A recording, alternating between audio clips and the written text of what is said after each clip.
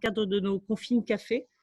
Et la question est de voir un petit peu, selon vous, quelle est la préoccupation ou la principale difficulté, en tout cas des managers et dirigeants face à cette crise. Allez, encore 30 secondes pour répondre. Il reste encore quelques votants qui n'ont pas activé leur réponse.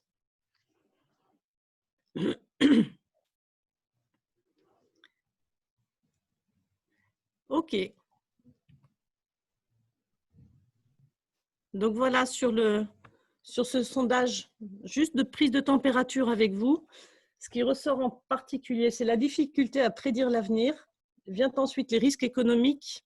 Et puis cette question de la mobilisation des salariés. Donc félicitations, on est précisément sur les 3 axes qu'on souhaitait aborder avec vous, avec un partage d'astuces ou de repères sur le sujet. Et pour pouvoir parler de ces sujets-là avec vous, nous avons Virginie Dubois, qui est avocate associée en fait chez Fidal, qui va nous parler de repères juridiques et puis nous faire part d'un socle de sécurisation de vos pratiques en fait avec ce levier juridique. Nous avons également Natacha Bréjon, qui est dirigeante d'ADO, qui va nous donner des éclairages et astuces économiques pour le pilotage financier de votre entreprise. Et enfin, Nathalie Grillet, directrice, fondatrice et dirigeante de Capital Homme, qui terminera avec un apport sur le management, l'organisation et les compétences. Pour faire notre webinaire ensemble, on vous propose 3 temps bien distincts avec une première partie de constat où Nathalie et Natacha vous parleront des impacts sur le collaborateur et la relation au travail, de l'impact économique. Dans une seconde partie, on vous partagera nos clés en fait sur ces aspects juridiques, financiers et managériaux.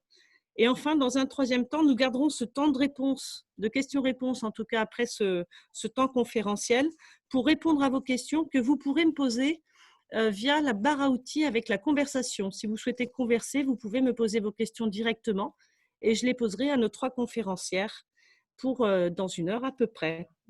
Pour cela, n'hésitez pas à les poser au fur et à mesure. Je traiterai vos questions et puis je résumerai les questions qui seront posées, soit à Nathalie, soit à Virginie, soit à Natacha. Alors du coup, c'est parti mesdames. Pour notre première intervention, Nathalie, peux-tu nous parler du constat que tu fais sur l'impact sur les collaborateurs et les relations au travail? Merci, bonjour à toutes et tous. Je suis ravie d'être avec Virginie et Natacha ce soir. Et puis, vous les participants invisibles, mais en tout cas que je sais très soutenants pour les messages aussi positifs que nous avons reçus et d'encouragement sur ce webinaire qui est une première à 3. Donc, on initie quelque chose. Les 3 drôles de dames peut-être. Ça, c'est un clin d'œil à Virginie. Alors, je vais commencer, si tu veux bien, Nathalie, par la première diapo, juste pour soutenir notre échange, et la deuxième, voilà. Alors, en Chine, certains d'entre vous connaissent certainement aussi cet idéogramme. Le mot crise est représenté par 2 notions indissociables. Une première partie danger et une autre partie en fait opportunité. Donc oui, la crise offre la possibilité de changer, de s'ouvrir à autre chose et d'en tirer aussi les conséquences.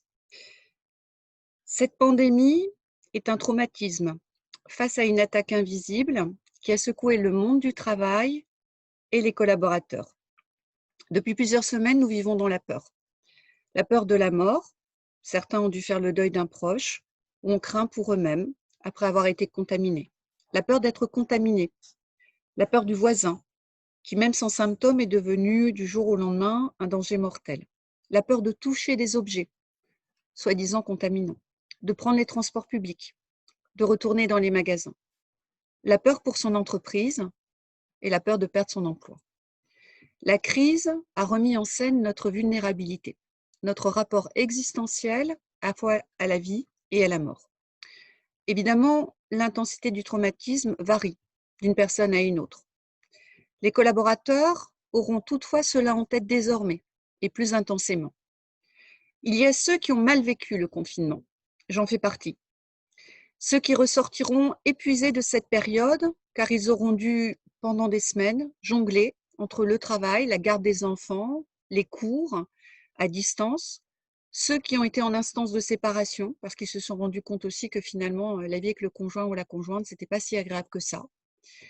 Il y a ceux qui ont simplement souffert aussi d'être restés à domicile de se sentir inutiles. Il y a aussi toutes les personnes qui auront apprécié de passer plus de temps en famille, ceux qui ont très bien compris qu'ils peuvent faire leur travail à distance sans subir quotidiennement des contraintes, des trajets épuisants. Je pense notamment aux Parisiens. Ceux qui ont découvert qu'ils étaient beaucoup plus productifs, avec moins de réunions et de processus mal pensés, mal organisés. Il y a encore des collaborateurs aussi qui ont apprécié la nouvelle autonomie et ce qui leur a été accordé par la force des choses et qui ont pris goût. L'après-confinement ne s'apparentera pas donc à un retour, on va dire, de vacances. Chacun aura été touché plus ou moins sur le plan émotionnel et nous devons prendre en compte ces dimensions qui peuvent être une véritable bombe à retardement pour la rentrée. Des questions vont émerger également quant au futur choix des entreprises et les collaborateurs vont être en attente de réponses claires de la part des dirigeants et des managers. Qu'est-ce que cette crise nous apprend en opportunité? Elle a montré une formidable capacité de nos modèles à s'adapter, même dans un environnement subi et de gestion de crise. La force du collectif, la solidarité de fonctionnement ont été démultipliées, décuplées. L'émergence aussi de nouvelles formes relationnelles, où l'authenticité, la bienveillance, la gentillesse prennent plus de place. Avez-vous remarqué que chacun, quand il communiquait, avait toujours une petite phrase magique « Prenez soin de vous ».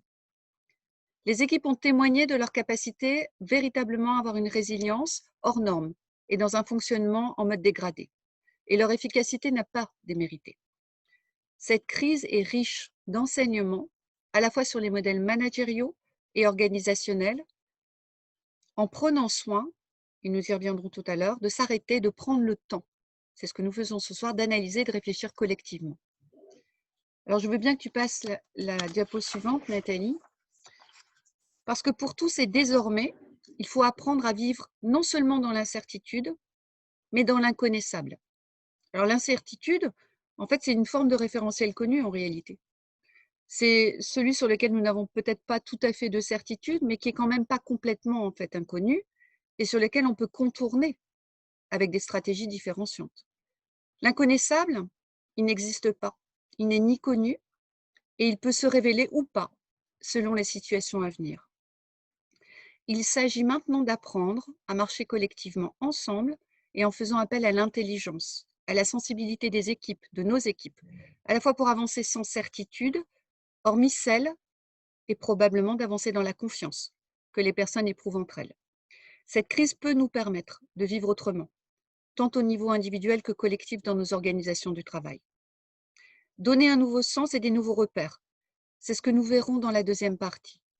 Je vais proposer à Natacha maintenant de prendre la main pour expliquer son analyse économique et financière de l'impact. Bonsoir à tous et merci d'être tous présents avec nous. Merci Nathalie. Donc effectivement, cette pandémie, elle a créé un choc dans un premier temps, une forme de traumatisme, c'est vrai pour chacun d'entre nous, mais aussi pour les entreprises qui finalement se sont retrouvées du jour au lendemain en fait, à avoir un périmètre financier qui, pour la plupart des entreprises, a été complètement bouleversé et modifié, sans prévenir, sans signe annonciateur, sans alerte. Et donc, ne serait-ce que cela, c'est effectivement un sujet nouveau. Comment présenter son entreprise, finalement, aujourd'hui, post-Covid, lorsque son chiffre d'affaires a été complètement bouleversé, modifié, parfois arrêté, stoppé. Comment présenter son entreprise lorsque les seuils de rentabilité, effectivement, ne sont plus du tout les mêmes, sont complètement remis en cause, peut-être ponctuellement, à minima sur 2020, peut-être de manière un peu plus longue, puisque, effectivement, selon les secteurs d'activité, nous n'avons pas la même visibilité. Comment aussi présenter une entreprise où peut-être que le poids de l'endettement est venu s'alourdir tout d'un coup, puisque avec finalement cette mesure qui a été très positive et qui a joué son rôle d'amortisseur qu'on appelle le PGE, le prêt garanti par l'État, et qui a été effectivement très bénéfique pour la plupart des entreprises, ça a permis de se donner du temps. Néanmoins, bien souvent, quand on parle de 25% du chiffre d'affaires et qu'on le met mécaniquement au passif d'un bilan, ça vient forcément complètement bouleverser également les ratios financiers et le poids de l'endettement dans une entreprise. Et puis aussi, comment appréhender pour ces mêmes entreprises, vous, chef d'entreprise, finalement, des tensions de trésorerie qu'on ne ressent pas forcément tout de suite, qu'on a peut-être encore du mal à chiffrer, puisque d'abord, le PGE est venu, et c'est sa raison d'être d'ailleurs, mais néanmoins, si le PGE peut servir et sert effectivement à combler les impasses de trésorerie sur l'exercice 2020, néanmoins, quid de l'après, quid des besoins de trésorerie sur l'après. Donc, il y a déjà quelques signes qui peuvent apparaître dans les prochains mois et qui sont peut-être mal maîtrisés en fait encore à ce jour parce que vous n'avez pas, et les uns et les autres, nous n'avons pas encore cette visibilité. Je crois que d'ailleurs, on ne l'a jamais complètement, mais forcément, aujourd'hui, le contexte est forcément différent. Ajoutons à cela, dans un contexte bancaire qui, je pense qu'on peut le dire, les banques ont parfaitement joué leur rôle avec la diffusion et la mise en place des prêts garantis par l'État dans un temps record. Bien souvent, certains banquiers nous disent avoir finalement réalisé en l'espace de 4 semaines l'équivalent d'une année de production. Donc, on voit bien le rythme positif qui a été donné. Pour autant, on peut aussi comprendre que les banques, à un moment donné, comme les chefs d'entreprise, comme nous à titre personnel, vont prendre aussi peut-être le temps du recul ou de l'analyse, puisque les bilans qui vont sortir sur l'exercice 2020 vont être forcément dégradés, et alors même que, je dirais, des réponses vont devoir être apportées avant la sortie des bilans, ne serait-ce que sur le choix que les chefs d'entreprise feront sur l'amortissement ou pas des PGE. Donc, on le voit bien, les banques aussi peuvent craindre un certain nombre de défaillances. Quand je dis ça, ce n'est pas pour agiter le chiffon rouge, bien au contraire. Je crois que l'impact immédiat, l'enjeu immédiat pour les chefs d'entreprise aujourd'hui est de tout de suite mettre en place des tableaux de bord qui puissent mesurer de manière très précise l'impact du Covid dans vos comptes d'exploitation, dans vos bilans. Puisque, je dirais, vous allez probablement que la nécessité de communiquer auprès des partenaires financiers à un rythme régulier va s'imposer de manière bien plus importante qu'auparavant. Et vous savez, communiquer, expliquer, c'est rassurer. Et aujourd'hui, je crois que les partenaires financiers savent, ils vivent dans le même monde que nous. Ils ont simplement besoin d'avoir des clés de compréhension et d'avoir aussi du reporting qui puisse les rassurer au moins sur la tendance et sur la manière dont les entreprises ont réagi. Je pense aussi qu'il faut mettre évidemment des outils en place de mesure. Quels sont les outils de pertinence en fonction des secteurs d'activité? Et puis, je crois que cette réflexion-là, ce point de départ-là ne suffit pas. Ce n'est que le début d'une autre réflexion qui s'impose de manière plus structurelle peut-être, d'une réflexion globale sur les enjeux financiers qui vont servir certes dans un premier temps et dans cette forme d'urgence à, je dirais, assurer la pérennité de l'entreprise et la trésorerie de l'entreprise, mais se donner aussi les moyens finalement d'enclencher ou de modifier ou de donner un autre sens à la stratégie d'entreprise et donc assurer ses besoins financiers de demain. Donc là, on verra, ce premier passage, c'est j'installe déjà quelques outils de mesure qui vont servir à communiquer, à rassurer auprès de mes partenaires financiers. Et je commence tout de suite, et on verra après comment, à enclencher toute une série de réflexions qui ne vont peut-être pas être toutes ces réflexions toutes pertinentes, mais néanmoins, avoir l'exhaustivité du champ du possible. Voilà, voilà l'essentiel pour moi, Nathalie. Merci, Natacha. Alors, du coup, merci pour ce constat partagé, en fait, avec ces deux dimensions. Peut-être, Natacha, tu peux nous donner un peu plus d'informations, du coup, sur quelles clés financières on pourrait activer par rapport à cette après-crise, cette relance? Oui, alors je vais les détailler tout à l'heure, en fait, toutes ces clés financières, mais évidemment, elles sont de plusieurs domaines. C'est effectivement déjà d'investiguer peut-être des solutions financières peut-être innovantes pour certaines entreprises. On détaillera tout à l'heure un petit peu les sujets. Aussi, peut-être découvrir ou redécouvrir quelques schémas financiers qui n'étaient pas connus ou qui peuvent faire peur dans un premier temps, j'irais, à quelques chefs d'entreprise parce que on est tous fait pareil. Je veux dire, on se fait une idée dans certains cas d'une forme de vision ou sur un sujet ou sur un produit ou une approche. Et puis, dans le temps, on peut considérer effectivement que l'idée qu'on en a n'est plus tout à fait adaptée à la réalité en fait du jour. Et puis, c'est quelque chose que je voulais dire un petit peu à la fin, mais je peux aussi le dire en termes d'éclairage. Je crois qu'on entend beaucoup aujourd'hui des références à la crise de 2008. Alors, pour l'avoir bien vécu également, cette crise de 2008, moi, je pense qu'évidemment, il y a des points communs. C'est d'abord une crise, mais vraiment, je crois que les ressorts ne sont pas les mêmes. En 2008, effectivement, c'était une crise financière et je dirais, qui s'est propagée, pas en même temps, sur des temps différents dans des entreprises, mais pas toutes les entreprises et pas de la même manière, avec un gros manque de visibilité. L'écosystème n'était pas prêt du tout. Personne n'était prêt. Personne. On ne savait pas de quoi on parlait. Il a fallu mettre en place des outils. Il n'y avait pas eu à l'époque d'amortisseurs tels que le PGE. La médiation n'existait pas. La médiation, elle a été créée dans cette crise de 2008. Voilà, il y avait plein l'environnement n'était pas du tout le même. Et aujourd'hui, je pense qu'on est finalement l'écosystème. J'ai pas de boule de cristal, moi non plus. Je ne sais pas comment le Covid va exister. Mais en tout cas, l'écosystème est un peu plus préparé que 2008. Donc, ce qui était vrai en 2008 est quand même pas tout à fait la même réalité sur ce qu'on est en train de vivre aujourd'hui. Et donc, il y a certainement certains sujets qu'il ne faut pas fermer trop vite. Voilà, et je garde le suspense pour la fin. Ok, merci Natacha. Alors Virginie, ton point de vue, toi, sur la situation en tant qu'avocate? Bonjour à tous. Effectivement, moi, je vais me poser pour vous proposer des clés juridiques. Face à ce constat, effectivement, avec Nathalie et Natacha, on a souhaité visualiser différentes situations. Deux situations, la baisse d'activité à laquelle vous êtes peut-être confronté aujourd'hui, ou la hausse où vous allez avoir une baisse d'activité plus tard, et la hausse d'activité. Donc, je vais commencer par vous présenter et vous donner des pistes de réflexion sur des outils que vous allez peut-être pouvoir mettre en œuvre pour faire face à une baisse d'activité. Alors, tout d'abord sur du court terme ou sur du long terme. Alors, sur du court terme, effectivement, toutes les entreprises ont subi cette crise et ont été en réduction d'activité. Alors, ne sera pas abordé ici toutes les particularités liées à l'activité partielle et à la modification des jours de congé et de repos, puisque ça, c'est des éléments que vous avez dû mettre en place en amont lors du confinement. Quand on parle de court terme, c'est qu'on va avoir une baisse d'activité là, mais qu'on a besoin de maintenir nos emplois pour la suite, parce que l'activité va redémarrer. Donc, deux solutions s'offrent à vous.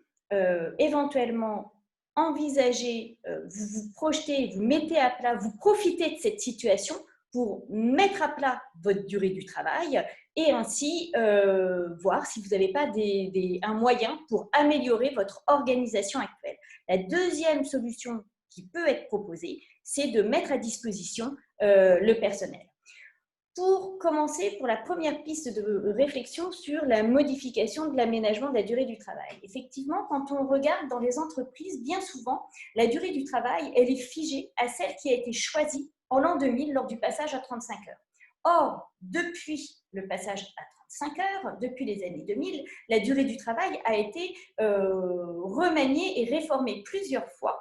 Et donc, vous disposez aujourd'hui d'une possibilité et d'un dispositif d'aménagement du temps de travail qui est très vaste, puisque vous pouvez avoir un aménagement à la carte selon votre activité. Donc, vous pouvez aujourd'hui avoir une durée du travail qui corresponde exactement à votre activité. Pour le conclure, en plus, avant, les accords d'entreprise étaient conclus dans les entreprises avec des délégués syndicaux. Aujourd'hui, tout a été remanié. Vous pouvez conclure un accord d'entreprise avec un délégué syndical, avec un CSE, avec un salarié mandaté. Toutes les entreprises ont la possibilité de revoir cet aménagement. Un des aménagements qui pourrait être intéressant actuellement, c'est l'annualisation de la durée du travail. En effet, cette annualisation de la durée du travail vous permet d'avoir un décompte de votre durée du travail sur l'année. Votre durée du travail serait donc fixée à 1600 7 heures et vous pourriez faire varier votre activité en fonction de votre durée du travail, en fonction de votre activité, c'est-à-dire avec une amplitude, avec des périodes de hausse d'activité et de basse d'activité. Ce qui fait que vous pouvez faire monter votre durée du travail jusqu'à 48 heures et la baisser jusqu'à 0 heure dès lors que vos périodes basses et vos périodes hautes sont compassées en fin d'année. Ce qui fait que vous n'avez pas d'heures supplémentaires à rémunérer puisque les périodes se compensent. Les heures supplémentaires se déclencheront qu'à la fin de l'année, au bout de 1607 heures. Si vous avez eu trop de périodes hautes par rapport aux périodes basses, du coup, vous aurez des heures supplémentaires à la fin, en fin d'année, à rémunérer.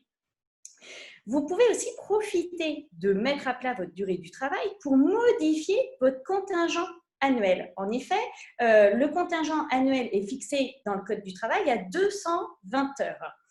Or, dans les anciens accords, on trouve encore des contingents annuels d'heures supplémentaires à 130 ou 180 heures, ce qui fait que c'est pas beaucoup, d'une part, et surtout, vous pouvez déclencher des contreparties obligatoires en repos.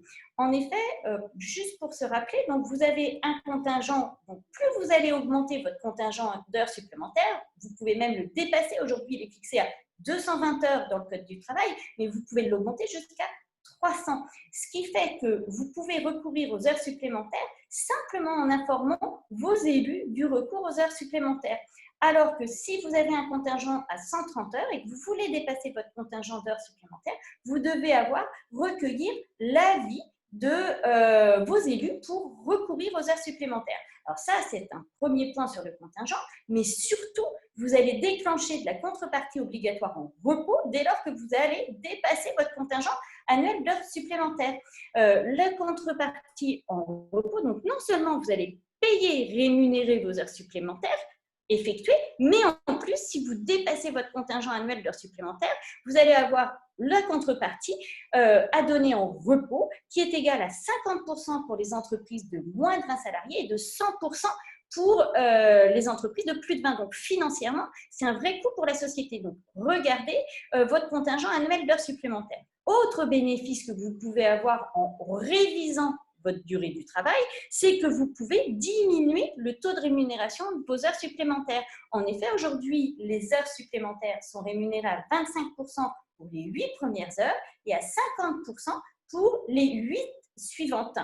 Vous pouvez abaisser votre taux de rémunération à 10%. Alors, vous allez me dire effectivement qu'il faut avoir des partenaires qui disent « Ok, on diminue le taux de rémunération des heures supplémentaires ». Ceci dit, en temps de crise, tout se négocie. Pour maintenir l'emploi, vous aurez peut-être des salariés qui voudront bien accepter de réduire leur taux de rémunération des heures supplémentaires à l'avenir, quand l'activité va reprendre, pour maintenir leur emploi.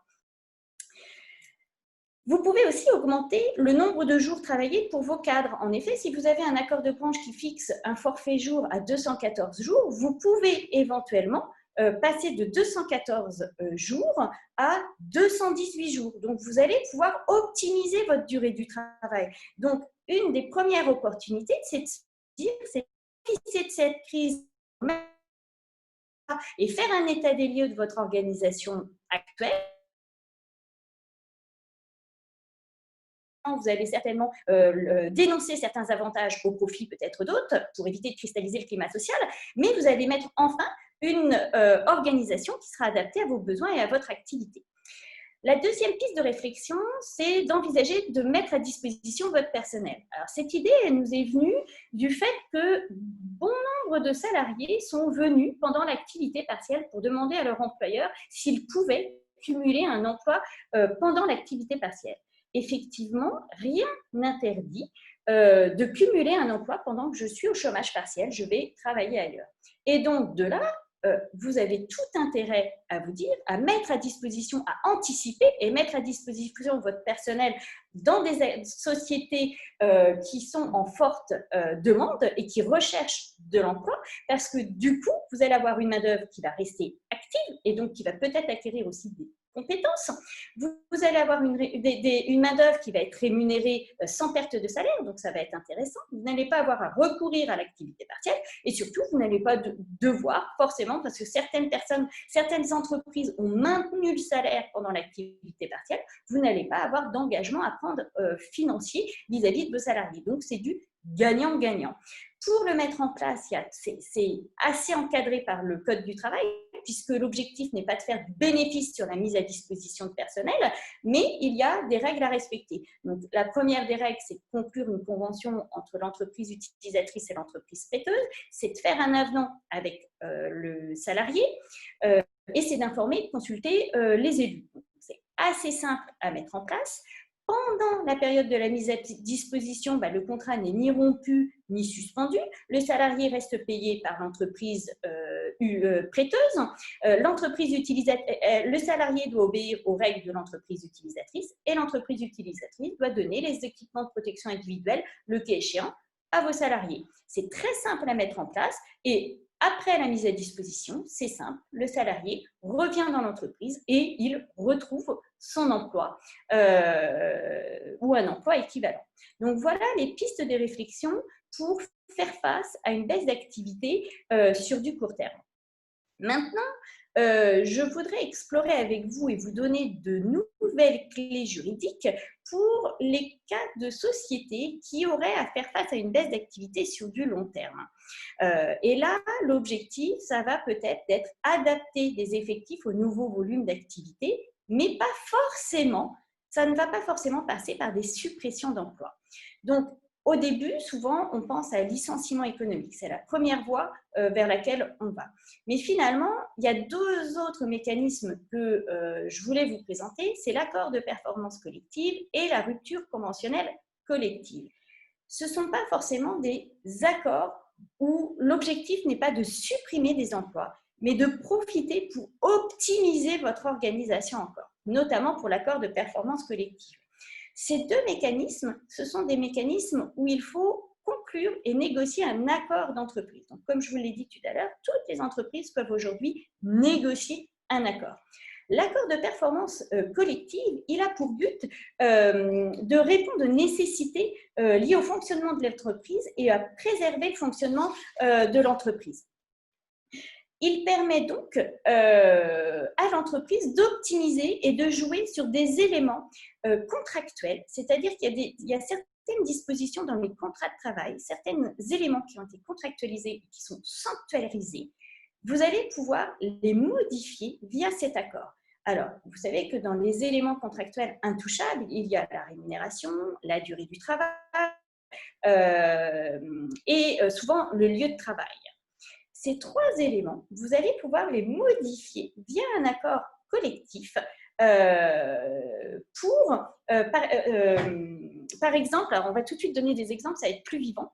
En matière de durée du travail, si dans votre entreprise, vous avez contractualisé, vous êtes à 39 heures, vous voulez descendre à 35 heures parce que vous êtes en baisse d'activité, normalement, il faut l'accord de tous les salariés et accord individuel puisque c'est intouchable.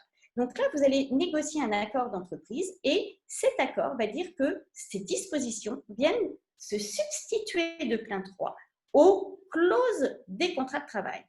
En revanche, quand le Code du travail nous dit substitution de plein droit, ça va se substituer, mais le salarié va quand même avoir un délai de réflexion pour donner son accord. Donc, il y a quand même un accord qui va être donné puisqu'il a le droit de refuser. La différence, c'est que s'il refuse, il sera licencié et ça sera un licenciement qui sera ni personnel ni économique, ça sera un licenciement qui s'appuiera sur cet accord de performance collective. Alors, vous allez me dire, c'est un peu rude, le consentement va être un peu vicié parce que du coup, il n'a pas le choix que d'accepter ou alors tout le monde va se liguer et personne ne va accepter. Et de toute façon, on ne pourra pas licencier tout le monde, effectivement.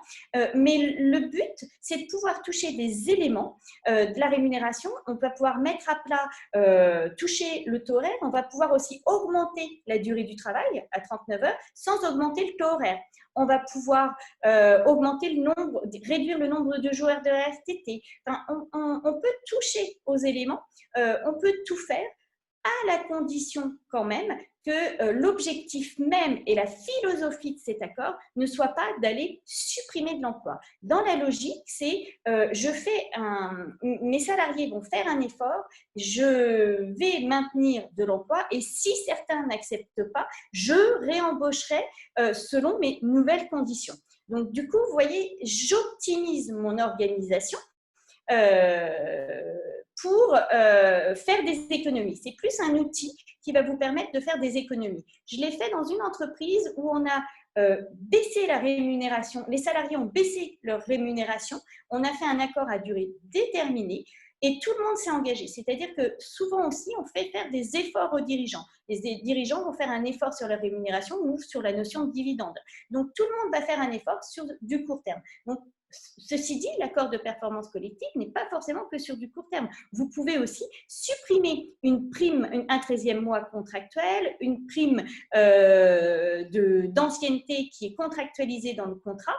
Vous pouvez supprimer des avantages financiers dans l'entreprise via cet accord. Donc, voilà une des premières pistes sur l'accord de performance collective.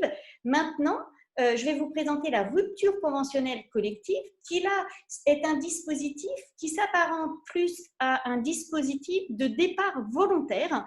Donc, là, du coup, ça va entraîner des suppressions d'emplois puisqu'il y a départ volontaire des salariés, mais ça ne sera pas des licenciements qui seront contraints. Ça sera sur la base du volontariat. On va mettre en place, on va décider qu'il nous faut tant en suppression d'emplois et tant de départs. Et donc, du coup, on va supprimer certains emplois. J'ai perdu le fil.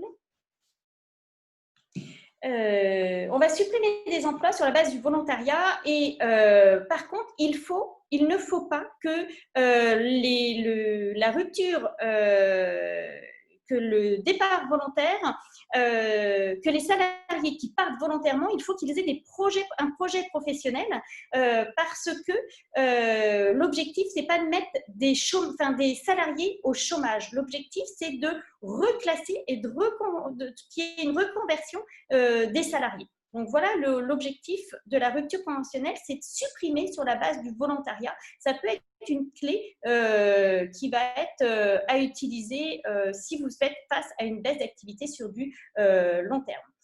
Ensuite, j'avais quelques écueils, mais je vais aller vite sur les écueils à éviter pour repasser la parole à Nathalie. En période de baisse d'activité, il faut éviter de rompre de manière abusive la période d'essai, éviter de recourir soit aux heures supplémentaires et au CDD en période d'activité partielle, et de mettre un terme aux promesses d'embauche en cours ou de rompre les CDD en cas de force majeure. Et je crois que j'ai dépassé mon timing parce que j'ai reçu un petit message pour me dire que j'étais un peu en retard, donc j'étais un petit peu perturbée, excusez-moi. Je repasse la parole. Oui, mais c'est toujours aussi passionnant, Virginie, donc forcément, tu es une des rares personnes qui rend le droit aussi pointu, accessible pour les néophytes que nous sommes, et ça nous permet d'avoir d'autres ressources parce qu'on est c'est toujours cette question de la culture où on a oui, pour le temps, j'ai été perturbée sur la fin, mais non, mais on a quelques connaissances et on vient piocher dans les quelques connaissances qu'on a. Donc là, tu nous donnes d'autres propositions et d'autres ouvertures, en tout cas sur le sujet. Alors du coup, on va revenir vers Natacha qui a fait un petit peu de teasing tout à l'heure sur les possibilités, en tout cas les clés financières possibles pour vos entreprises. Natacha, qu'est-ce que tu peux aborder sur ce sujet-là du coup? Alors, merci. Oui, effectivement, donc vous l'avez compris tout à l'heure, vous avez besoin de donner des repères à vos partenaires au sens large. Donc, c'est donner des repères sur ce qui se passe dans votre entreprise. Je veux dire, on a besoin d'entendre, de comprendre comment l'entreprise finalement évolue dans ce contexte de crise, peut-être en se comparant, si vous avez l'occasion d'avoir des chiffres ou en tout cas d'avoir des tendances avec des concurrents. Est-ce que peut-être, même si c'est, je dirais, un contexte de crise pour vous et que voilà, les repères financiers ne vont pas dans le bon sens à cause de cette pandémie là temporaire, Mais pour autant, peut-être que l'entreprise a une capacité, finalement, à une résilience un peu plus importante que les concurrents. Comment évolue le marché? Je pense que ce sont des notions. Si vous avez l'information, c'est bien. Si vous ne l'avez pas, je pense que ça peut avoir du sens d'essayer de capter quelques informations sur le marché au sens vraiment général, le marché un peu plus local, vos concurrents. Enfin, voilà, donner du sens, donner du repère, c'est important pour vos partenaires. Vos partenaires au sens large, je disais, n'hésitez pas à communiquer aussi, par exemple, avec la Banque de France, qui peut avoir une lecture, en fait, je dirais de manière très systématisée, en fait, une lecture de bilan qui correspond vraiment à des logiciels et à des réalités, mais je veux dire, donner un petit peu d'explication, prendre ce temps-là, c'est 1 heure, 2 heures de rendez-vous, ça a l'air de rien, ça peut décoincer quelques situations et apporter un petit peu de rondeur et de fluidité ou de meilleure compréhension. Pensez aussi à communiquer avec vos fournisseurs.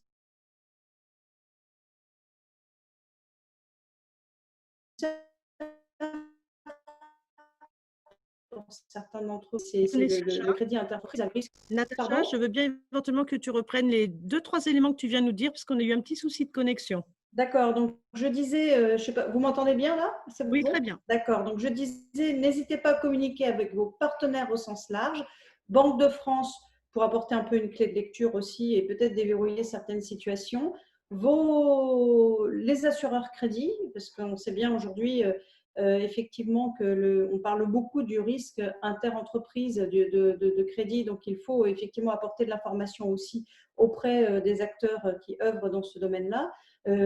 N'hésitez pas à communiquer aussi auprès de vos fournisseurs, communiquer sur… Alors, vous avez des tendances et gérer des tableaux de bord qui montrent peut-être que vous n'êtes pas revenu à une situation d'avant, mais que aujourd'hui la droite va dans le bon sens. Il ne faut pas se priver de cette information-là. Encore une fois, je pense que donner de l'information a vraiment du sens, c'est de rassurer et d'expliquer que l'entreprise ne se fond pas dans une masse globale, et la singularité existe et la différenciation, ce qui fait l'entreprise, peut aussi avoir du sens. Je crois aussi que gérer le PGE, et ça me permet de répondre à la question que Patrick a posée sur le PGE. Alors peut-être qu'en posant la question de dire, voilà, est-ce que le PGE ne va pas m'apporter une connotation négative dans mon entreprise vis-à-vis de mes partenaires bancaires demain? Est-ce que je vais pas être finalement, est-ce que mon entreprise va pas être dotée d'une croix rouge en interne dans les établissements bancaires parce que j'ai souscrit au PGE? En posant cette question, peut-être que certains d'entre vous font référence à un dispositif qui a existé effectivement lors de la précédente crise, qui était un dispositif régional qui s'appelait, je crois de mémoire, le P2RI, qui a été distribué dans des quantités nettement moindres et qui était plus dédié à certaines problématiques. Et c'est vrai qu'à cette époque-là, en tout cas moi je l'ai vécu comme ça, les P2RI faisaient l'objet d'une observation, d'une lecture peut-être à part et différenciée, pas forcément une connotation négative, mais en tout cas un suivi, une demande, une nécessité de reporting bien plus important. Donc pour obtenir des crédits alors que les entreprises avaient obtenu des P2RI, il fallait quand même, démontrer le besoin et les courbes d'évolution de l'entreprise. Par rapport au PGE aujourd'hui, on n'est pas tout à fait dans le même contexte. Je veux dire, la majorité des entreprises ont souscrit au PGE. Donc, est-ce que toutes les entreprises vont être marquées d'une croix rouge ou d'un suivi particulier de fait d'avoir souscrit le PGE? Je ne pense pas que ça va s'exprimer tout à fait comme ça. Je crois qu'on en revient à ce que je disais tout à l'heure. Évidemment, je veux dire, toutes les entreprises qui vont faire l'objet d'une analyse certainement un peu plus poussée de la part des partenaires financiers qui vont avoir besoin de repères, de comprendre. On en revient toujours un petit peu à la même chose. Si le PGE permet ou a permis de capter de la trésorerie et finalement n'était pas absolument nécessaire pour traverser cette crise et que demain l'entreprise a des sujets d'investissement à réaliser, voilà, ça peut aussi faire partie des outils qui vont servir effectivement à accompagner ces investissements-là. Ce qu'on ne connaît pas aujourd'hui, finalement, c'est les conditions d'amortissement en fait, du PGE, même si, a priori, les établissements bancaires vont mettre en place des PGE, en tout cas la partie amortissement à des marges nulles. Donc, mais il y a quand même le coût du refinancement, il y aura le coût de la contre-garantie de l'État qui, elle, va augmenter, hein, puisque si vous vous souvenez, elle est progressive. Donc ça, c'est sur la partie effectivement des conditions. On n'a pas tout à fait l'environnement précis sur la manière dont le PGE va se mettre en place demain. Maintenant, je pense que c'est un regard à chaque fois différencié sur chaque entreprise. Si le PGE dénature complètement les équilibres financiers du bilan alors qu'une entreprise souhaite être cédée demain, est-ce que c'est bien pertinent de conserver un PGE? J'en suis pas sûre. Pour autant, si une entreprise a des projets de développement, de croissance et donc des besoins d'investissement et que le PGE correspond en termes de maturité, en termes de conditions financières à la ressource financière nécessaire, bah, pourquoi s'en priver alors qu'il existe? Vraiment, j'entends que voilà, le PGE peut être le signe, on va dire un signe négatif. Je pense que quand même, encore une fois, il est octroyé dans de telles quantités que tout cela, je dirais, n'aura pas beaucoup de sens. Ce qui va bien compter, c'est la capacité de l'entreprise à démontrer et à montrer, je dirais, finalement, sa nouvelle orientation financière. Voilà. Alors, je ne sais pas si après, je réponds très précisément parce que ça reste assez généraliste, que c'est du cas par cas. Mais voilà, je pense que globalement, il faut tout ça, remettre tout cela en perspective des conditions réelles de l'entreprise et de ses besoins. Pour autant, je pense que le PGE, en fait, il n'y a pas de stratégie PGE. Et c'était là le point que je voulais aborder avec vous. Il y a une stratégie financière globale. C'est-à-dire qu'aujourd'hui, la crise est venue rabattre les cartes. Est-ce que demain, il ne faut pas repenser les besoins financiers parce que vous allez repenser votre stratégie de développement? Est-ce que demain, quid de l'entreprise demain? Comment finalement la positionnez-vous demain dans un an, dans 2 ans, dans 3 ans, dans 5 ans, dans un environnement qui reste toujours incertain, mais en tout cas, il faut bien essayer de dessiner quelques hypothèses. Toutes ces questions-là vont vous permettre effectivement d'affiner les besoins peut-être nouveaux, les besoins financiers, de ressources financières nouvelles de demain.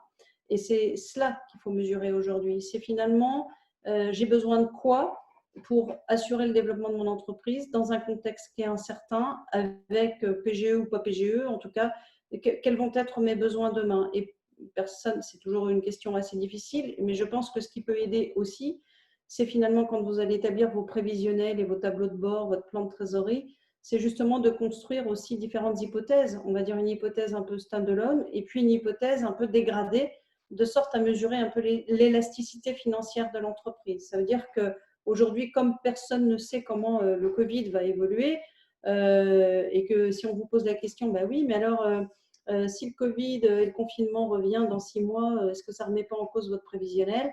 Bon, on peut toujours se poser ces questions-là. Néanmoins, en ayant travaillé sur une piste, sur un prévisionnel en mode dégradé, c'est une partie de la réponse. C'est-à-dire que même pour vous-même en tant que pilotage, ça va être quand même utile. Ensuite, rapidement, je vais essayer de ne pas tomber dans la liste à l'après-vert, mais néanmoins quelques idées clignotants, et après on pourra en reparler post-webinaire si vous le souhaitez.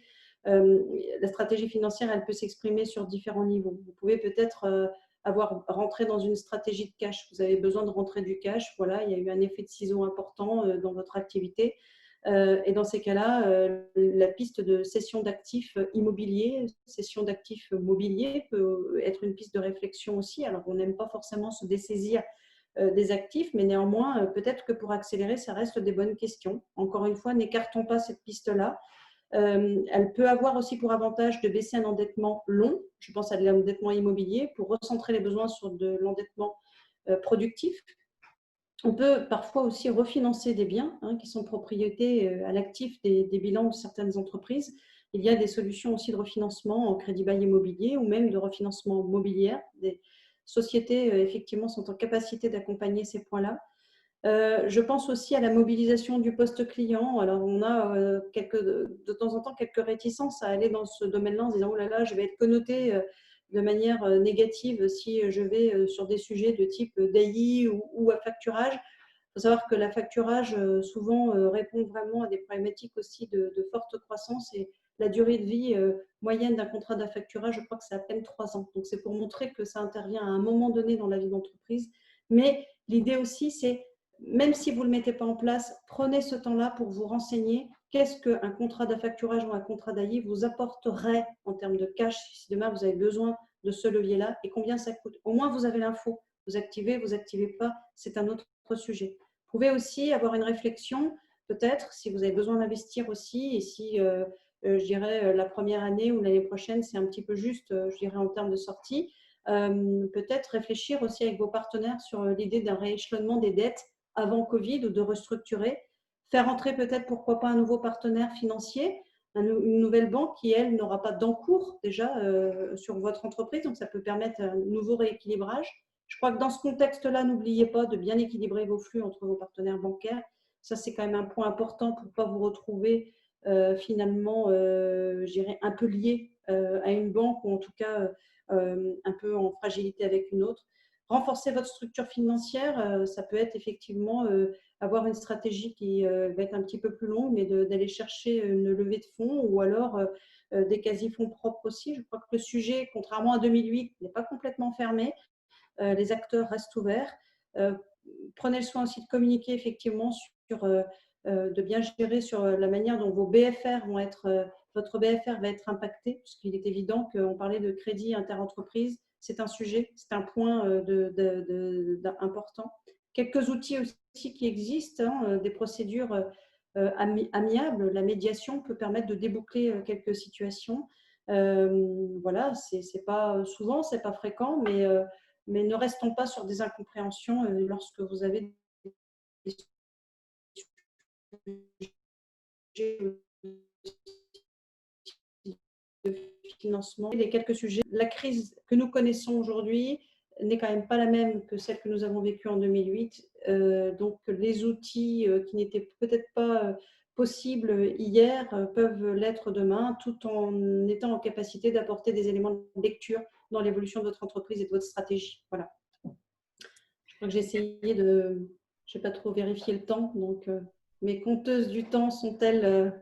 C'est parfait, Natacha. Merci beaucoup. Merci beaucoup pour toutes ces pistes de réflexion. C'est le souhait aussi de ce webinaire, hein, de non pas apporter des réponses forcément très précises, parce que vous êtes dans plein de cas de figure différents en fonction des entreprises dans lesquelles vous travaillez, mais de donner des pistes de réflexion ou apporter une autre logique ou un autre raisonnement, hein, sur ces relais en fait juridiques, financiers ou managériaux. Et du coup, à propos de management, organisation et compétences, eh bien, nous allons poursuivre avec Nathalie Grillet, qui va nous donner des informations et des conseils précieux, je le sais déjà d'avance, sur la nouvelle donne pour reconstruire l'après-crise. Nathalie. Oui, merci Nathalie. Alors du coup, je ne sais pas si je me vois pas Nathalie, donc je pense que tu dois gérer en fait l'affichage, je suppose. On te Et voit je ne bien. sais pas. D'accord, mais super. Alors, juste en fait, je vous indiquais tout à l'heure de réfléchir à poser de nouveaux repères. Et puis, voilà, dans le cadre de cette présentation et de ce webinaire, on a décidé de choisir 3 thèmes. Le premier, c'est l'engagement et la remobilisation des salariés.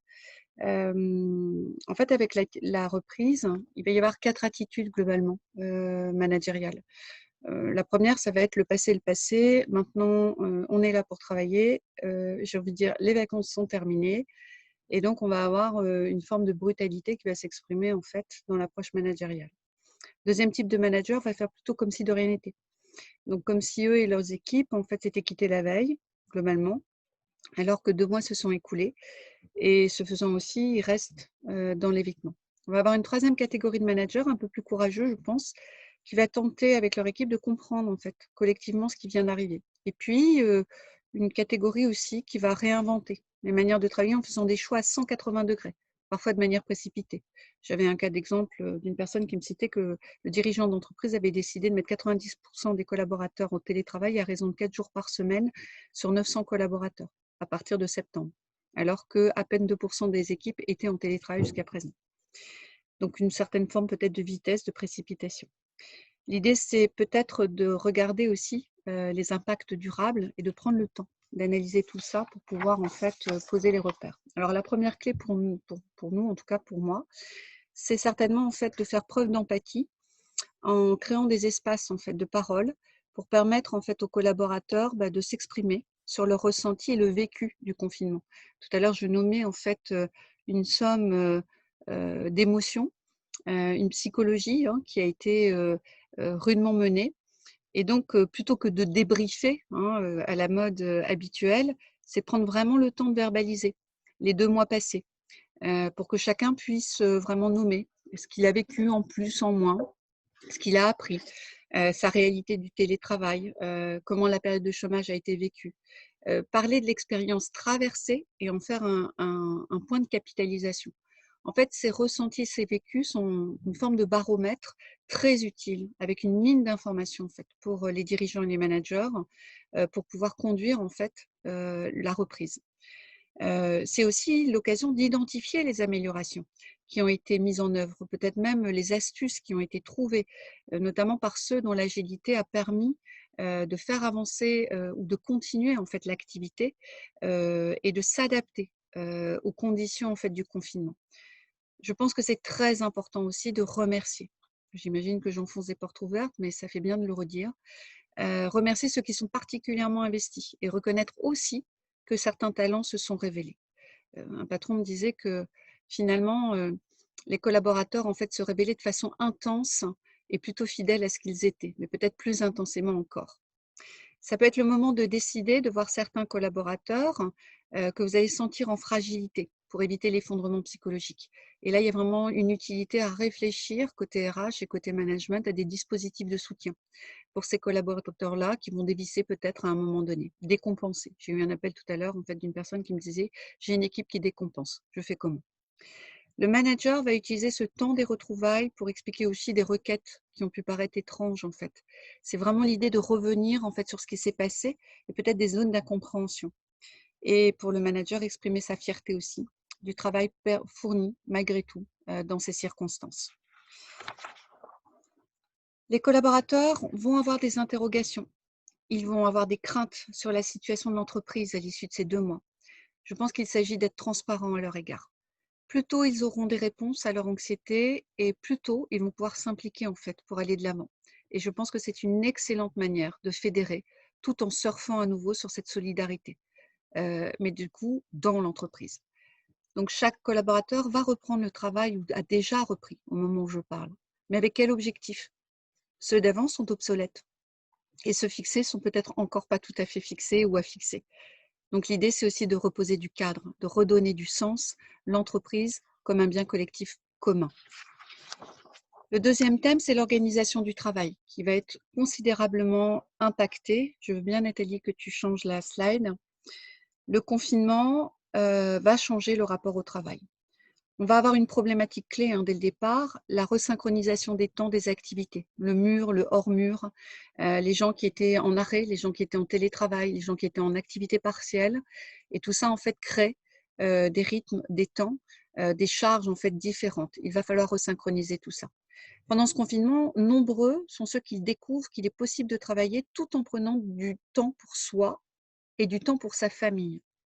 Donc, je vais plagier quelqu'un qui me disait « Moi, je me suis retrouvée confinée avec la possibilité de me lever à l'heure que je souhaitais, de travailler, de lire, de recommencer à travailler et de choisir les modalités de mon travail. » Jusqu'à présent, je pense qu'on vivait tous dans une culture du sprint, toujours dans une course, plus vite, pour se préparer le matin, pour prendre le moyen de transport, travailler vite, manger vite.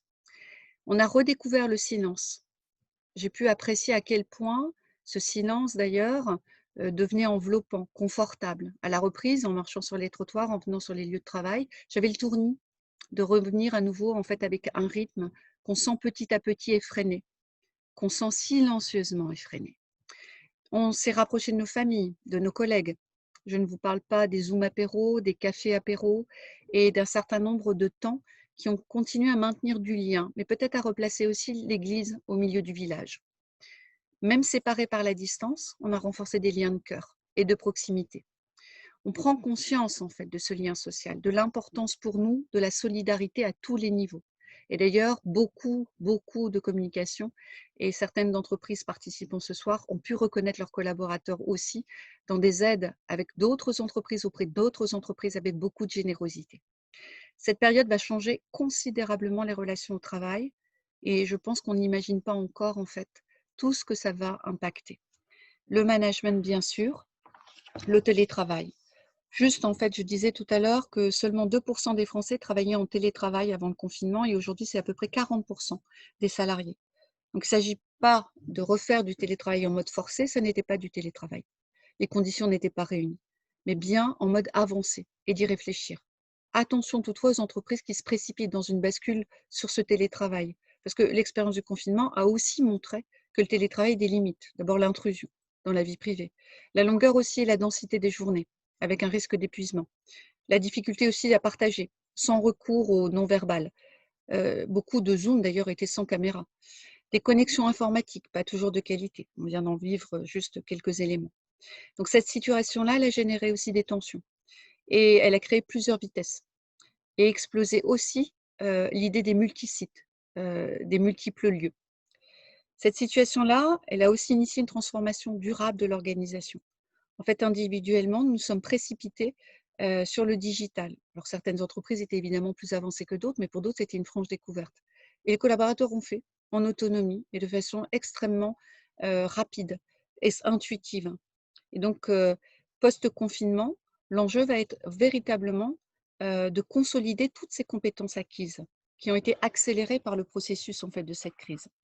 Alors, si on regarde les compétences, en particulier, la distanciation sociale, même si certains en ont souffert, on a largement pu étoffer des capacités de communication, d'autonomie, d'organisation. Les personnes disaient, par exemple, que même si faire des zooms à longueur de journée, c'était épuisant sur la charge mentale, pour autant, ils n'ont jamais assisté à des réunions en fait, aussi concrètes, finissant à l'heure, terminant à l'heure, avec une vraie discipline. Le leadership, qui lui, en fait, est devenu un leadership soutenant. On appelle ça le leader servant, avec plus de soutien émotionnel, de l'écoute, et puis les compétences digitales. Il y a un enjeu pour les RH de capitaliser là-dessus aussi et d'en faire un vrai levier de croissance pour nos entreprises, avec une approche plus agile de la formation, des compétences et un investissement aussi massif sur les compétences transversales. Je vais en nommer 4, c'était l'OCDE en 2008 en fait, qui parlait des 4 C, créativité, coopération, communication, esprit critique. La crise vraiment du Covid a clairement donné un coup d'accélérateur sur le combo indispensable de demain. Maîtrise des outils, ok. Compétences comportementales et leadership en fait au service d'eux. Enfin, des nouveaux repères, manager autrement. Je touche un peu du doigt évidemment tout ça quand on nomme tout ça. Les managers jusqu'à présent avaient plutôt une fonction principale d'organiser des flux, des objectifs, des rentabilités, évidemment de l'humain, mais beaucoup de temps aussi à passer à la dynamique opérationnelle. Et demain, ils devront laisser plus d'autonomie encore, faire plus confiance, plus de présent distanciel, j'ai inventé ce concept, pour tendre vers la résilience. Et aussi pour que l'entreprise crée des nouveaux schémas de management. Ce qui est en jeu, c'est la légitimité managériale. Management humain versus management des processus. Les valeurs d'humilité, d'authenticité qui reviennent en premier plan et de solidarité. Faire confiance versus contrôler. Accepter des nouvelles libertés de travail. Ben oui, la personne qui dit moi je préfère démarrer à 10 heures, par exemple, et terminer plus tard, ou reprendre le travail quand j'en ai envie.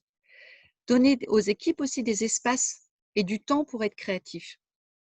C'est aussi redonner une capacité d'agir aux personnes sur les périmètres de leur métier, les tâches, les process, les activités, et aplanir enfin les hiérarchies en faveur d'une prise de parole plus directe, d'ailleurs, des dirigeants vers les salariés. Et c'est ce qui s'est vraiment passé pendant cette crise.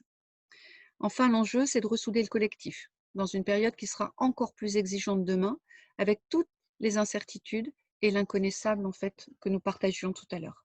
C'est ne pas oublier les plus fragiles et aussi les plus éloignés. Je crois qu'on arrive à la conclusion, Nathalie. C'est bien ça. Pour répondre à vos questions. Alors, pour la conclusion et peut-être un message, si tu veux bien passer en fait la slide, Nathalie, de la conclusion. Ah, non, peut-être, pardon, Virginie, excuse-moi. Tu voulais peut-être ajouter la hausse d'activité. Je te laisse apprécier par rapport à ton intervention. Compte tenu du temps, les slides seront assez explicites. En gros, il y a une hausse d'activité. Il y a des ordonnances qui ont prévu des dérogations pour certaines entreprises qui sont soumises à cette hausse d'activité jusqu'au 31 décembre, notamment les établissements de santé, les fabricants de masques et tout ça. Donc, il y a des dispositions dérogatoires. Et après, pour toutes les autres qui ne relèvent pas de ces dispositions dérogatoires, on aura un recours aux heures supplémentaires basiques. Donc, je vais pas, compte tenu du temps, on va passer les clés juridiques sur la hausse d'activité. Merci Virginie. Merci Virginie. En conclusion, on avait envie évidemment de partager avec vous une très belle phrase de René Char que j'aime beaucoup. L'homme est capable de faire ce qu'il est incapable d'imaginer. Petit mot, la relance passera par notre capacité collective à la fois à rebâtir nos organisations, nos cadres financiers ou légaux, notre management, en prenant soin aussi de regarder avec objectivité, ce qui n'est pas simple, tous les dysfonctionnements antérieurs et que la crise a fait émerger en pleine lumière. Tout s'est ouvert à très grande vitesse. Nous devons prendre le temps d'analyser. C'est ce que disait très bien Natacha tout à l'heure, ou Virginie, pour laisser ouvert ce qui doit être, mais refermer aussi ce qui doit être. Mesurer ce qui restera durablement, accélérer les changements nécessaires et avoir l'humilité et l'audace de se tromper. Merci beaucoup. Merci à toi, Nathalie. Alors, merci à toutes les trois déjà pour cet exposé qui a suscité plusieurs questions. Je vous en propose d'en traiter 5. Et je vais commencer par toi, Natacha, si tu veux bien, parce que je serai bien en peine d'y répondre. Une question de Patrick qui nous dit « Le PGE est garanti à hauteur de 90% par l'État, donc risque a priori limité pour les établissements bancaires. Pourtant, il semble que ce PGE sera regardé comme un boulet pour les futures capacités d'emprunt des entreprises, notamment en termes d'emprunt productif. Que conseillez-vous si nous avons obtenu un PGE? Le rembourser au plus vite ou au contraire profiter de ce PGE pour renforcer notre trésorerie? Alors, sur ce point-là, je l'ai abordé tout à l'heure.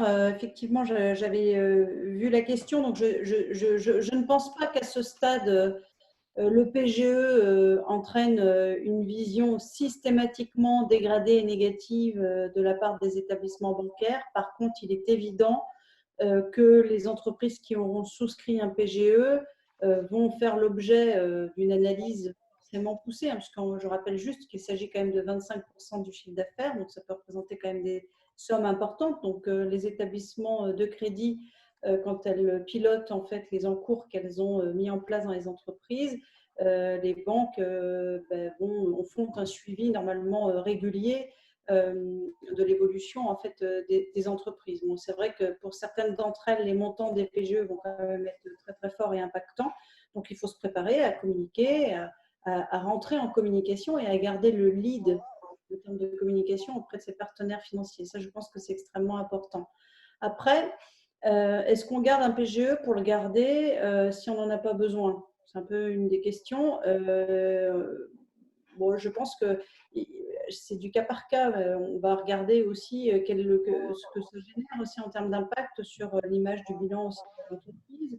Est-ce que ça a du sens en fait de garder de la dette alors qu'il n'y a pas de besoin en face? Par contre, s'il y a des besoins d'investissement, c'est peut-être bien de pouvoir utiliser aussi ce PGE à cet effet-là, sachant que je disais aussi qu'on ne mesure pas aujourd'hui les conditions de mise en place de la partie amortissement du PGE. Aujourd'hui, on est bien dans cette première phase, hein, donc la première partie qui est en quelque sorte in fine au bout d'1 an, et le dirigeant aura le choix d'amortir tout ou partiellement, je dirais, le PGE, mais on ne sait pas. On connaît la durée, ça peut être sur 5 ans. On sait qu'il y aura toujours la contre-garantie de l'État de 90%. On sait que le coût de la contre-garantie va augmenter. On connaît les chiffres, je n'étais plus exactement en tête, mais grosso modo, aujourd'hui, c'est 0,25, 0,50, ça va monter jusqu'à 1 de mémoire. Après, on ne connaît pas encore les conditions en fait, d'intervention des établissements bancaires, mais malgré tout, quoi qu'il en soit, les conditions financières restent quand même à un niveau extrêmement bas. Donc, ça peut être une opportunité de financer des investissements, clairement. Merci Natacha pour cette réponse. Alors du coup, je me tourne plus vers Virginie, où j'ai 3 questions à te poser, Virginie. Félicitations, quel succès. Une première question de Charles. Je suis en modulation horaire sur l'année, avec une période haute de 12 semaines à 42 heures et une période basse à 36 heures. Moyenne annuelle, 37,5 heures. Avec le CSE, puis-je augmenter le nombre d'heures en période haute? Alors, faut déjà regarder avec qui l'accord avait été conclu initialement. Mais effectivement, au-delà, il y a deux questions. C'est avec qui je vais pouvoir réviser mon accord, mais ça, automatiquement, on trouvera une solution et on pourra réviser. Et deux, oui, vous allez pouvoir réviser votre amplitude de variation. Merci. Seconde question de Lucas. L'accord de performance collective surpasse l'ensemble des dispositions légales, oui ou non? Est-ce que ça surpasse le code du travail, l'accord de branche et l'accord d'entreprise? Alors, c'est un accord d'entreprise et depuis les ordonnances Macron, la primauté est donnée à l'accord d'entreprise. Donc oui, ça prime sur l'accord de branche. Oui, ça peut déroger aussi aux dispositions légales, sauf aux dispositions d'ordre public. Merci. Et enfin, une question d'Émilie. Peut-on mettre en place un accord de performance collective lorsqu'il n'y a ni CSE ni représentant des salariés dans une PME de 14 salariés, enfin dans une entreprise de 14 salariés? Et dans ce cas, avec qui cet accord se négocie-t-il? Alors, il se négocie par voie de référendum. Donc oui, il y a la possibilité, on rédige un accord et on le fait approuver à la majorité des salariés. Et si je ne me trompe pas, ce sont les nouvelles modalités depuis les ordonnances Macron, Virginie. Voilà, exactement. Très bien. Merci pour ces réponses. Et du coup, Nathalie, plutôt sur la partie managériale, organisation du travail et collaborateurs, question de Laurent. Du Covid à 100% en télétravail au co-plein, retour à 100% à la norme, présence au travail, déplacement, télétravail. Comment assurer ce retour? Merci Laurent pour la question. Alors, on a évoqué ça d'ailleurs dans un espace qu'on a créé pendant le confinement, qu'on a appelé les confines cafés. Et donc, voilà, différents représentants d'entreprises en fait se retrouver. Il me semble en fait que c'est un retour avec des flux de personnes, donc probablement progressifs, avec et selon les activités évidemment des questions à poser autour de la sécurité, puisque c'est l'enjeu prioritaire. Et il se pose aussi une question par rapport aux fonctions support. Tous les acteurs, on va dire opérationnels, quand on est dans l'industrie, ont pour la plupart en fait d'entre eux certainement et les premiers repris en fait le travail. Pour les fonctions support, il y a cette question du maintien du télétravail. En tout cas, il y a une injonction aussi gouvernementale sur le sujet le plus longtemps possible. Ma conviction à moi, c'est que si on maintient trop longtemps aussi les gens à distance, déjà ça fait 2 mois, ça risque d'être aussi un peu compliqué, de recréer du collectif à la rentrée parce qu'on sait qu'à la rentrée, c'est souvent en fait, une accélération, il y a énormément de sujets, il y a la rentrée aussi des familles, il y a beaucoup de choses en fait qui vont arriver. Donc si vous pouvez anticiper en fait, le plus tôt possible, et par, effectivement une organisation, on va dire autour de flux, un peu comme les militaires, les collaborateurs, au retour, ça peut être une bonne idée. Donc du Covid au co-plein, peut-être de regarder l'horizon, avant les vacances. Peut-être aussi Virginie, tu me confirmeras ça, mais il y a un vrai enjeu autour des congés. C'est un sujet qui pointe son bout de nez sur la remobilisation des acteurs. Moi, j'ai observé beaucoup de gens fatigués et donc pas du tout prêts en fait à reprendre le travail. Il y a vraiment un écart important entre la fatigue et la capacité des acteurs en fait à reprendre le travail pour tous, y compris ceux qui ont été les plus éloignés du travail. Donc qu'est-ce qu'on peut faire en fait sur la partie congés payés pour pouvoir peut-être avancer, déroger aux règles de congés payés habituelles de l'entreprise et faciliter véritablement une rentrée en fait dans les meilleures conditions possibles. Pour les congés payés, alors ta question, ça serait plus de les conserver du coup, parce que pour qu'ils puissent se reposer, alors que là, finalement, nos chefs d'entreprise, ils sont plus dans la façon de réduire les congés, parce que l'objectif a été de prendre sur leurs congés pendant le confinement pour leur éviter l'activité partielle et d'avoir des forces vives au moment du déconfinement. Donc effectivement, se posera sur juillet-août de nombreuses questions dans les entreprises de départ en congé et de modification de date de congé. Juridiquement, je pense que c'est sûr qu'on va avoir des vacances certainement réduites, même si j'entends que le besoin psychologique est d'avoir un repos, je pense que s'il y a un redémarrage, les employeurs vont attendre de leurs équipes qui soient sur le qui-vive. Merci à toi. Et merci à toutes les trois, en tout cas, pour ce partage d'éclairage. J'invite tous nos participants, en tout cas, à prendre contact avec vous sur ces différentes questions. Si vous voulez avoir des points ou des conseils plus précis, vous pouvez écrire à Virginie sur virginie.dubois@fidal.com, Natacha pour toutes les questions financières et économiques sur natacha.brejon@adeoconseil.fr et Nathalie Grillet sur son adresse ngrillet@capitalhomme.fr. Alors, mesdames, Peut-être proposer, Nathalie, je m'autorise, si vous êtes intéressé par la présentation, de revenir vers nous et on vous l'adressera, en fait, très simplement.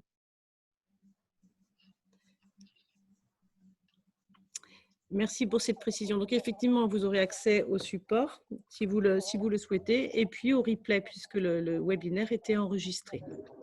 Voilà, c'était notre premier webinaire, en tout cas, sur cette question de la relance après crise. Merci à toutes les trois pour cette intervention. J'espère que vous avez pris plaisir, en tout cas, à partager vos sources, vos informations. Alors, on a bien vu que Natacha nous donnait des conseils tellement précieux qu'à un moment, c'était crypté parce que c'était secret, en fait, dans la gestion financière des entreprises. Est-ce qu'on aura une deuxième étape sur ces webinaires? Est-ce qu'on a une idée de suite? Eh bien, je vais juste prendre la parole, peut-être enlever le slide, Nathalie, pour qu'on nous voit. Je ne sais pas qu'en pensent mes partenaires, mes coéquipières. Ça a été un plaisir. Je te remercie, Nathalie, de m'avoir proposé ce webinaire parce que c'était vraiment un plaisir partagé de participer avec vous trois. Merci à toi, Virginie. Merci. Merci Nathalie, merci Virginie. Et pourquoi pas acte 2? Très bien, très bien. Donc, on vous dit à très bientôt. Merci pour votre présence et la disponibilité de votre temps. Et en espérant aussi que voilà, une partie de ces clés ont pu vous nourrir, parce que c'était notre intention, modestement, avec certaines hypothèses, certaines convictions. Mais ravie de les avoir partagées avec vous. Merci et à très bientôt. Merci. Bonsoir à tous. Merci. Bonsoir.